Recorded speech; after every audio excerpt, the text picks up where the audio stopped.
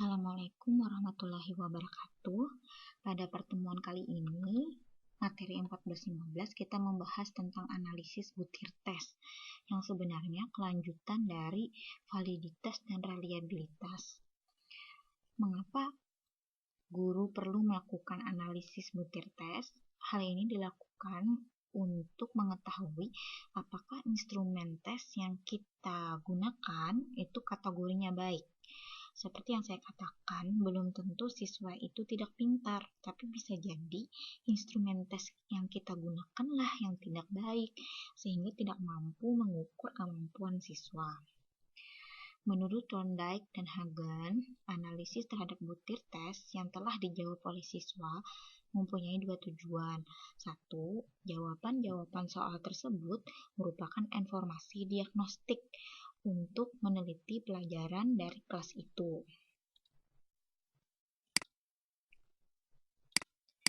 Dan kegagalan-kegagalan belajarnya, serta selanjutnya untuk membimbing ke arah belajar yang lebih baik. Tujuan yang kedua, jawaban terhadap soal-soal dan perbaikan.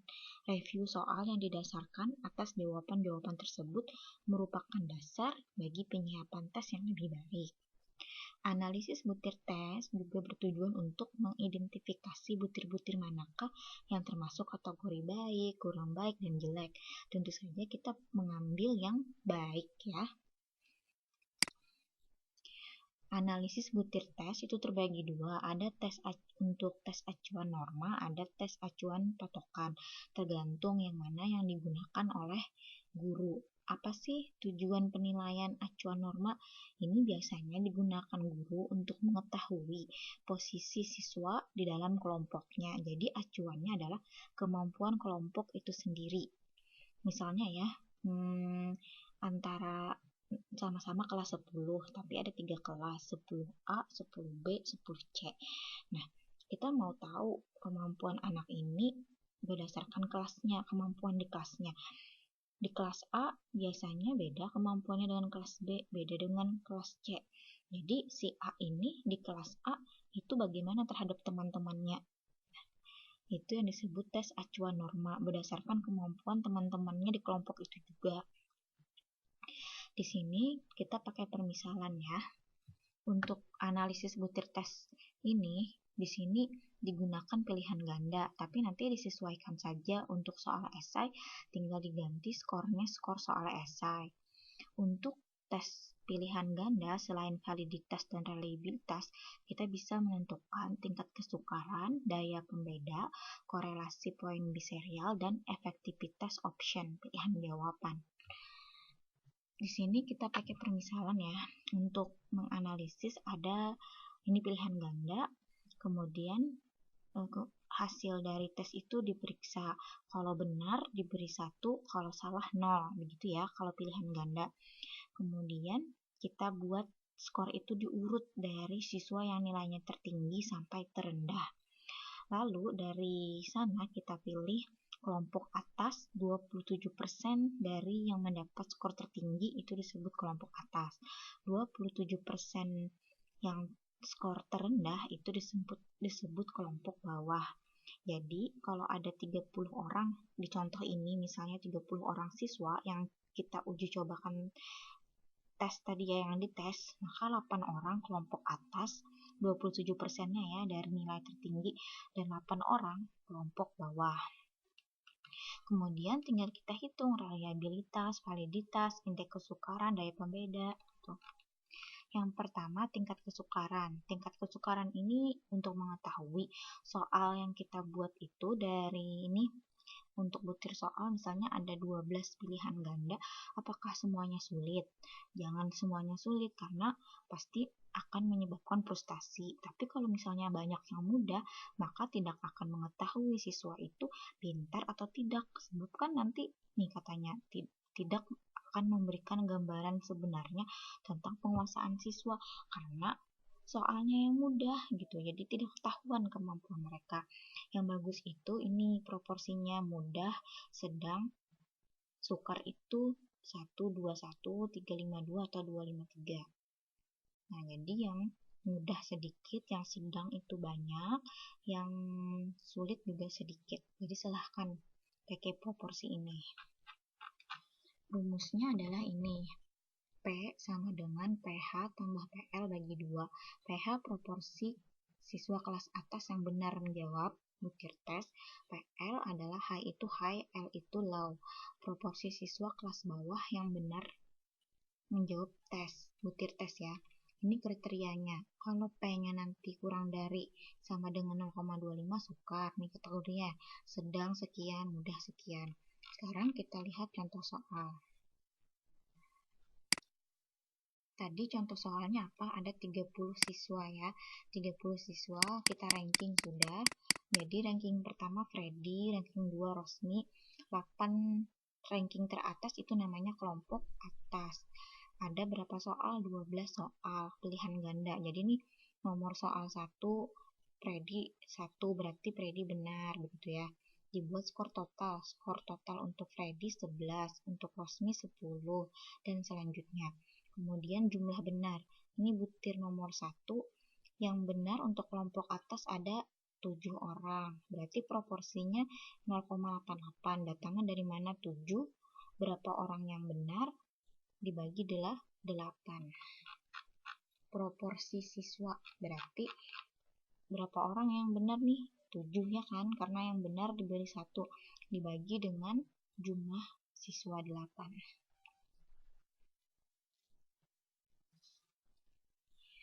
Lakukan hal yang sama. Kalau yang ini berarti 5 dibagi 8. Ini 7 dibagi 8. Ini 6 dibagi 8. Oke, kemudian untuk kelompok bawah berarti ini 8 ranking terbawah. Yang paling rendah USI. Dari Susi sampai USI ini 8 orang ranking terbawah. Lakukan hal yang sama. Nilai Susi skor totalnya 5. Lisa skornya 5. Kemudian ini proporsi jumlah yang benar berapa orang? 1, 2, ada 2. Yang ini untuk nomor 2, 1, 2, 3, 3. Proporsinya ini dapat dari mana? 0,25 dibagi 8 karena jumlah kelompok bawah 8. Yang ini berapa? 3 dibagi 8. Ini 3 bagi 8. Ini 1 bagi 8. Kemudian kita hitung satu-satu. P indeks kesukaran untuk butir 1 berarti yang atas tambah bawah. Berarti lihat yang ini tadi.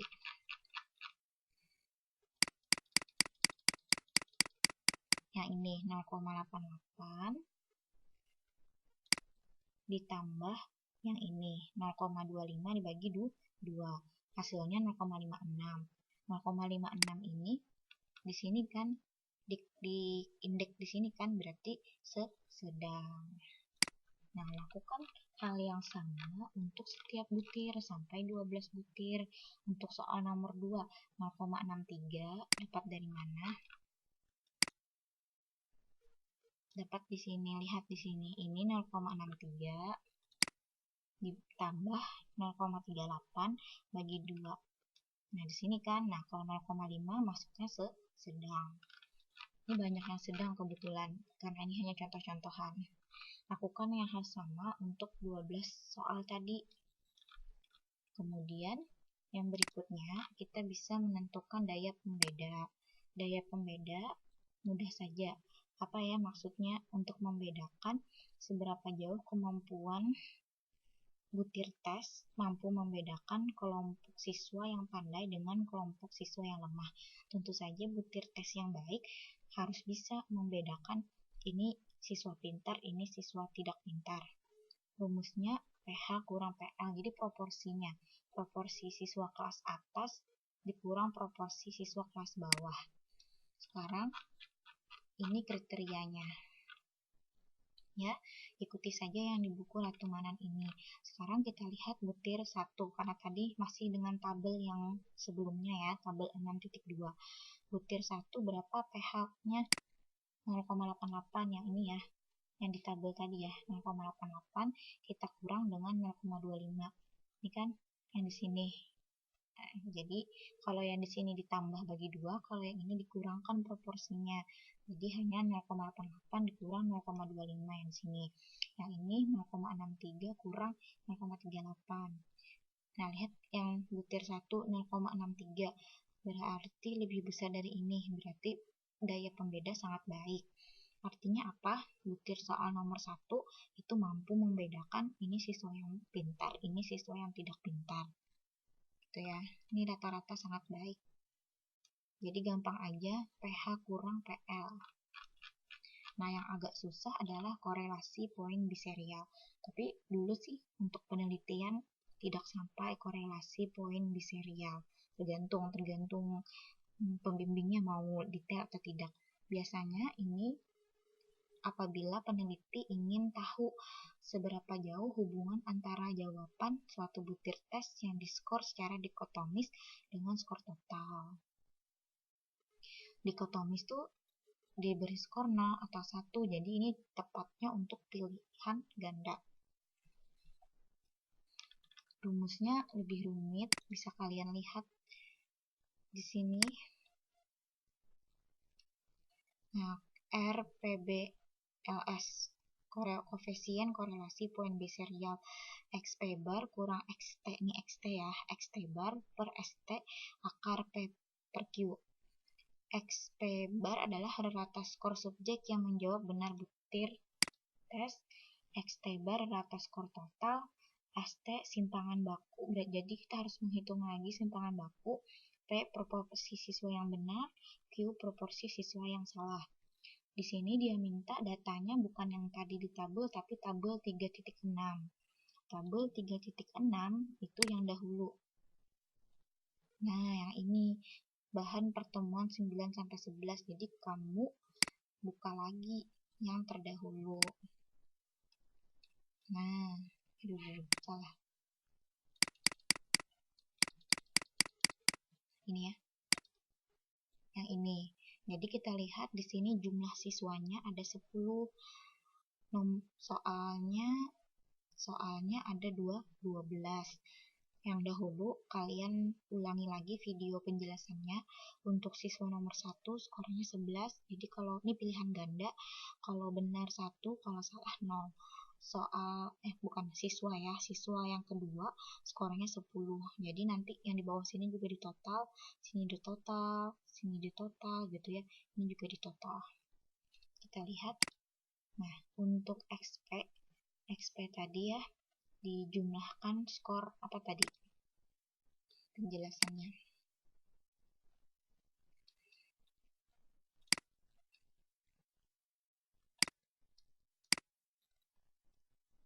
Rata skor dari subjek yang benar. Nah, jadi 11 tambah 10 tambah 10 tambah 9 tambah 8, 6, 5, 3. Kita lihat untuk butir 1. Nah, jadi siapa yang benar untuk soal nomor 1? Lihat nomor siswa 1. Ini benar kan? Berarti ini 11. Nomor 2, ini benar dia jawab. Berarti 10. Nomor siswa 3 benar juga yang dihitung 10. Siswa nomor 4 benar juga yang diambil 9. Lakukan nih hal yang sama. Jadi di jumlah 11, 10, siapa aja yang benar menjawab, skor totalnya ditambahkan dibagi 9. Kenapa 9? Karena lihat di tabel berapa orang yang benar menjawab soal nomor 1. 1, 2, 3, 4, 5, 6, 7, 8, 9. 9 orang yang benar menjawab. Jadi yang diambil adalah skor totalnya. 11 tambah 10 tambah 10 tambah 9 tambah 9 tambah 8. Ini tidak. Yang ini tidak karena dia salah menjawab. Tambah 6 tambah 5 tambah 3. Ya, kemudian skor total ya, rata skor total. Skor total yang mana? Jumlahkan semua ini. Semua ini namanya skor total. Di sini 77. Skor total ini dibagi rata-ratanya dibagi 10. 10 apa? Jumlah siswa. Oke. Dapat. Berarti simpangan baku dari skor total apa rumusnya? Yang ini ya. ST kuadrat sama dengan sigma XT kuadrat kurang sigma XT dalam kurung kuadrat per N dibagi N. Sigma XT kuadrat. Nah, ini harus diapakan berarti? Harus dibuat tabel bantuan. Ada nggak? XT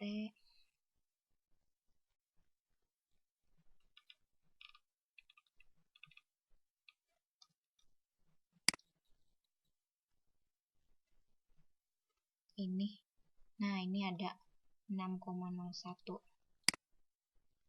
Sama nggak? Iya. ST kan? ST akar nih. Karena yang di sini adalah ST kuadrat. Jadi kita lihat kembali file ini, halaman 32. Sudah ada untuk tabel yang sebelumnya dan sudah dijelaskan ST kuadrat 6,01. Sedangkan yang dicari di sini adalah ST, jadi hanya tinggal diakarkan hasil perhitungan yang sebelumnya. Jadi diakarkan dapat 2,45. Sekarang proporsi 0,9. Itu apa? Proporsi siswa yang benar menjawab.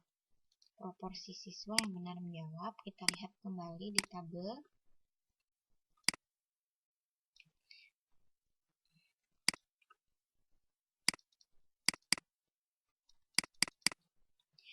Untuk soal nomor 1, berapa orang yang benar menjawab di sini? Ada 9 karena hanya satu orang dapat nilai 0.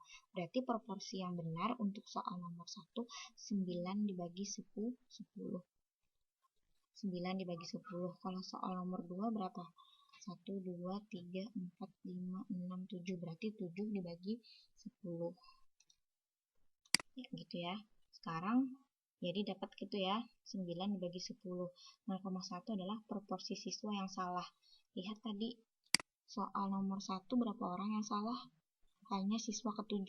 Siswa ke-7 salah menjawab satu orang saja. Jadi satu orang dibagi 10. Lalu tinggal dimasukkan ke rumusnya. Berarti yang ini XP bar dikurang XT bar 7,7 dibagi 2,45 ST akar P per Q kan, P masukkan Q. Lakukan langkah yang sama untuk butir soal nomor 2, butir nomor soal 3, sampai tadi ada berapa soal di sini? Ada 12. Tapi ST-nya satu kali ST-nya nih, ini kan ST kan, ST-nya satu kali hitung aja. Digunakan berkali-kali akar 6,01. Ya. XT bar-nya juga sama nih. 7,7 sini 7,7 7,7. Yang beda XP bar, kemudian P dengan Q setiap soal itu berbeda. Ya. Kemudian bagaimana untuk menentukannya? Kalau NUR kriteria korelasi poin B serial ditetapkan pada dua kekeliruan baku di atas 0. 1 per akar N kurang 1. N itu jumlah siswa. Lihat di sini tadi. Jumlah siswa kita berapa? 10. Jadi tinggal dihitung 2 kali 1. Nya 2 kalinya ya. Jadi 2 kalinya. 2 kali 1 per akar 10 kurang 1 hasilnya 0,67. Sehingga dari 4 butir itu yang telah dihitung korelasinya hanya 2 butir yang memenuhi kriteria minimal.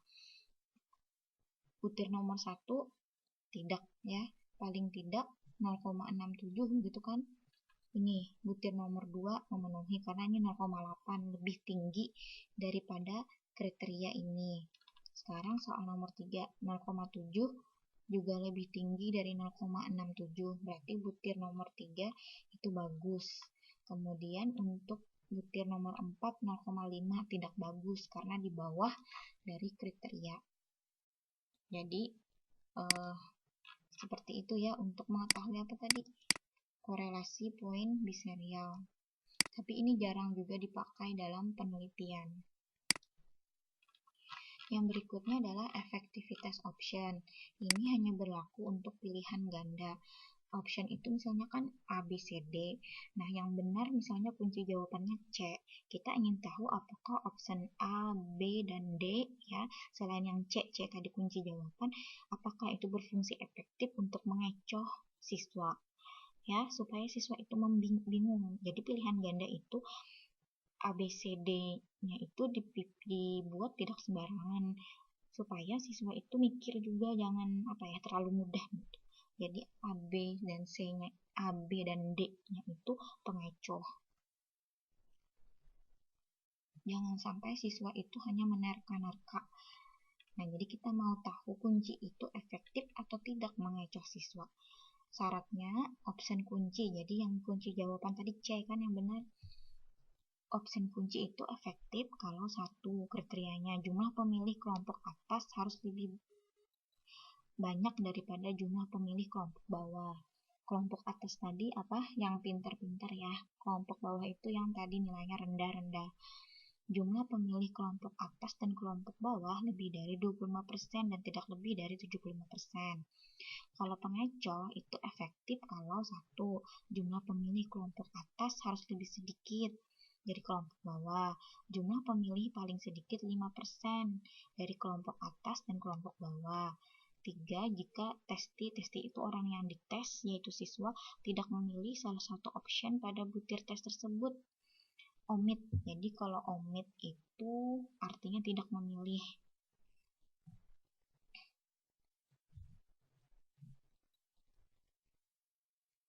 Maka jumlahnya tidak lebih dari 10%. Nah, ini kalau soal kamu pilihan ganda. Ini juga jarang dilakukan di penelitian. Biasanya validitas, reliabilitas, daya pembeda, tingkat kesukaran gitu aja sih. Nah, ini misalnya ya, kelompok atas. Jadi untuk soal nomor 1 misalnya. Untuk soal nomor 1, kunci jawabannya yang benar adalah C. Kelompok atas yang memilih option A ada 0 orang, tidak ada. Yang memilih B ada 2 orang, yang memilih C ada 5 orang, yang memilih D ada 1 orang. Yang tidak memilih itu 0 orang. Kalau kita jumlahkan, berarti kelompok atas ada 8 ya, total ini semua. Kemudian bawah, untuk kelompok bawah yang ranking bawah, yang memilih option A 1 orang, yang memilih kelompok B 1 orang, yang memilih kunci jawaban C yang benar 3 orang, yang D 2 orang, yang tidak memilih 1 orang, berarti 8. Karena tadi kan lihat yang di depan 27% kelompok atas memang 8 orang, 27% kelompok bawah berarti memang harus 8 kan tadi ya. Sekarang kita lihat dulu option A bagus tidak? Salah satu option pengecoh berfungsi efektif katanya. Kenapa efektif yang option A? Jumlah pemilih kelompok atas kurang dari pemilih kelompok bawah. Iya, 0, 1 berarti memenuhi syarat ya, kelompok atas kurang dari. B. Jumlah pemilih kelompok atas dan kelompok bawah 1 orang, dijumlahkan 0 tambah 1, 1. 1 ini apa? Lebih dari 5%. 5% kali 16. 6 ini kriterianya. Harus lebih dari 5%. 16 itu dari mana? Jumlah pemilih. Tadi total pemilihnya apa? Kelompok atas 8, kelompok bawah 8, berarti 16. 0,8 berarti kan 1 orang lebih daripada 0,8. Option B tidak efektif. Kenapa? Lihat, jumlah pemilih kelompok atas lebih banyak. Nah, jatuh sudah. Tidak usah dihitung-hitung lagi persennya karena harus memenuhi semua syarat. Jadi sudah tidak memenuhi syarat. Option C efektif sebagai kunci. Jadi C ini bagus tidak sebagai kunci. Itu juga bisa dicari. Jangan-jangan kunci jawabannya tidak bagus. Nah, option C ini ternyata bagus, berfungsi efektif. Kenapa? Karena jumlah pemilih atas lebih banyak, 5 lebih besar dari 3. Kemudian jumlah pemilih kelompok atas dan kelompok bawah sebanyak 8 orang. Jumlahkan 5 tambah 3, 8. 8 itu berarti 50% ya kan, karena totalnya 16. 50% dikali 16, 8. Berarti 8 orang itu 50%. Ini lebih besar dari 25% dan kurang dari 75%. Berarti dia memenuhi syarat. Kalau option D, itu bagus juga efektif sebagai pengecoh. Sama ya. Jumlah D kelompok atas lebih kurang nih. 1 dengan 2 lebih kecil 1, berarti lebih sedikit yang atas daripada bawah. Ini tuh salah nih. Kelompok atas lebih sedikit, bukan banyak. Salah ketik dia. Jumlah pemilih kelompok atas sebanyak 3. Benar ya? Jumlah pemilih kelompok atas dan kelompok bawah 3. Ya dijumlahkan. 1 tambah 2, 3. berapa persen, lebih besar dari 5%. Kan 5% tadi batasnya, 5% kali 16. 16 itu jumlah siswa 8, tadi kan 8 tambah 8, 0,8. 3 lebih besar, berarti memenuhi syarat. Omit masih di bawah toleransi, berarti karena jumlahnya hanya 1, tidak lebih dari 10%. Jadi omit itu bagus di bawah toleransi ya, 10%. Yang tidak memilih hanya 1 orang, berarti ini masih bagus, tidak lebih dari 10%. 10% kali 16, berapa? 1,6. Ini hanya 1 kan, berarti bagus. Butir 1 itu bagus karena omitnya di bawah toleransi. Batas toleransinya adalah 1,6. Jadi hanya sedikit yang tidak memilih. Itu kalau kamu menggunakan tes acuan norma. Kita ingin tahu kemampuan siswa di kelompoknya. Sekarang ada lagi analisis butir tes acuan patokan. Ini untuk mengetahui kemampuan seseorang berdasarkan patokan. Syarat penilaian ini, butir tes soal harus mencerminkan indikator kemampuan yang diharapkan. Kemampuan yang diharapkan tersebut adalah kemampuan yang tidak dapat dikuasai siswa sebelum siswa mengetahui proses pembelajaran. Kemampuan yang diharapkan tersebut adalah kemampuan yang tidak dapat dikuasai siswa. Jadi ini syaratnya kalau kita mau menggunakan penilaian acuan patokan. Ini maksudnya berdasarkan standar tertentu. Analisis ini tidak hanya diarahkan untuk mencari butir baik, tetapi untuk mengkaji proses pembelajaran. Jika suatu kelompok siswa tidak memperoleh hasil belajar yang ditetapkan, kegagalan mungkin disebabkan tidak memadainya pembelajaran, spesifikasi tes, dan penyusunan butir. Tujuan analisis butir tes acuan patokan adalah menyelidiki apakah faktor-faktor yang tidak berhubungan dengan ranah tertentu berpengaruh terhadap penampilan butir tes. Ini kalau tadi untuk mengetahui kemampuan seseorang berdasarkan patokan tertentu.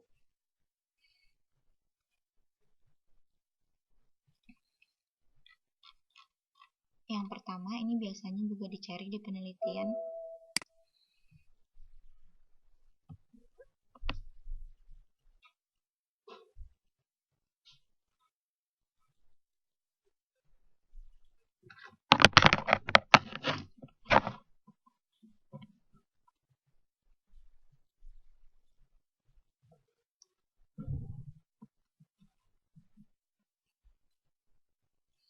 Indeks sensitivitas, maksudnya untuk tahu ukuran berapa baik butir tersebut membedakan siswa yang telah mengikuti KBM, kegiatan mengajar belajar, dan yang belum. Jadi tinggal mudah sekali, proporsi yang menjawab butir soal benar pada saat post-test dikurangi proporsi yang benar menjawab butir soal pada pretest. Jadi post-test kurang pretest. Contoh. Ya, di sini ada 30 siswa. 30 siswa ini mengerjakan suatu tes. Tesnya ada 10 soal. Jadi dilihat.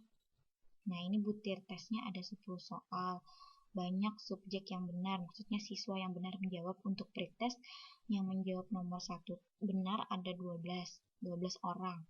Berarti proporsinya adalah 0,4, datangnya dari mana? 12 bagi 30, karena 12 orang benar dibagi 30, 30 adalah total siswa.